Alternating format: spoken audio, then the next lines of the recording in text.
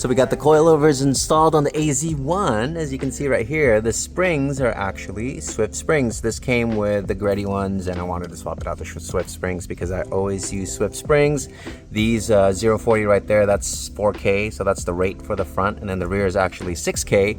And if you guys are wondering why do I swap out my springs with Swift springs if they already come with springs, because I just prefer Swift springs. They perform better, they make their own steel, they're Japanese made, and they compress less, funny enough, if you set them on the car for a long time. So say we take this, we compress it all the way down, then we take another spring, compress it all the way down, and then once you remove the pressure and see which one keeps their height, the Swift springs actually keep their height way better than another spring. So say this is a 6-inch right here.